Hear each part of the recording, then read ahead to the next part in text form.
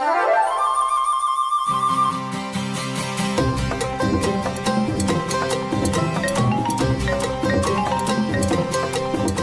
सत्या भावा, आता वाघमाऱ्यांना पटवूनच बाहेर घेऊन येतोस का काय? अरे बाहेर आलोय, तू कुठं आहेस? अरे मी पण इथंच आहे की बाहेर. तिसरी शॉप मोटर्स नाही का त्याच्या समोरच्या कॅफे मध्येच आहे की. योग्य वेळेला कशी काय माती खातोस रे तू? नेमकं उलट्या बाजूला गेलायस. बुनेटच्या समोर ये. मी रस्त्यावर येतो, लगेच ये. बरोबर आलो. चल.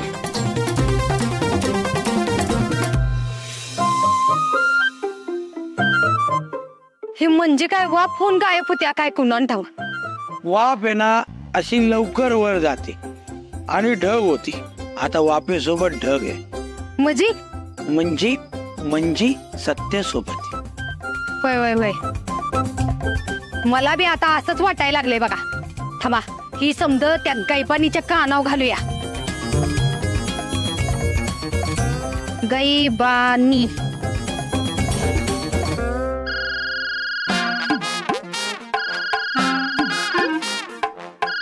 आता या फुकटीनं कशाला फोन केलाय? हॅलो सुरवीन बाय, तुमच्या लेकानी आणि माझ्या भाचीनी बरोबर चुना लावलाय बघा आपल्याला. आता म्हणजे नेमकं काय झालंय?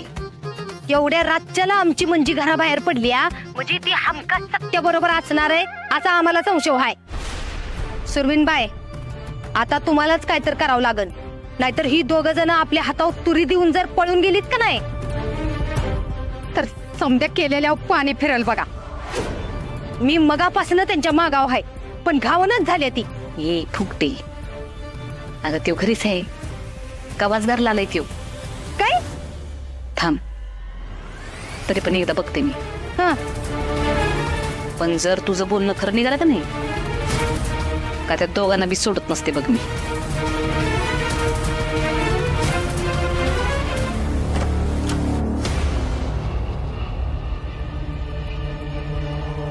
ए फुकटे, अगं सत्य तर शांत झोपलंय की. मग जरा उठवर बघा. का बसे, तुझ्या असल्या बावटपणा बाई त्याची झोप कशाला खराब करू बी. तू आधी तुझ्या भाचीला नीट सांभाळ, नीट अंदाज बांध. चल ठेव पण खाली.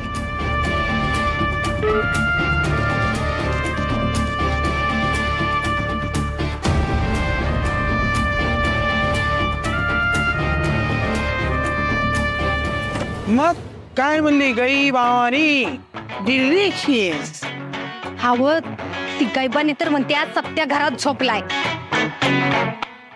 मग ही मंजी एवढ्या रातच्याला कुणाला भेटायला गेली असेल?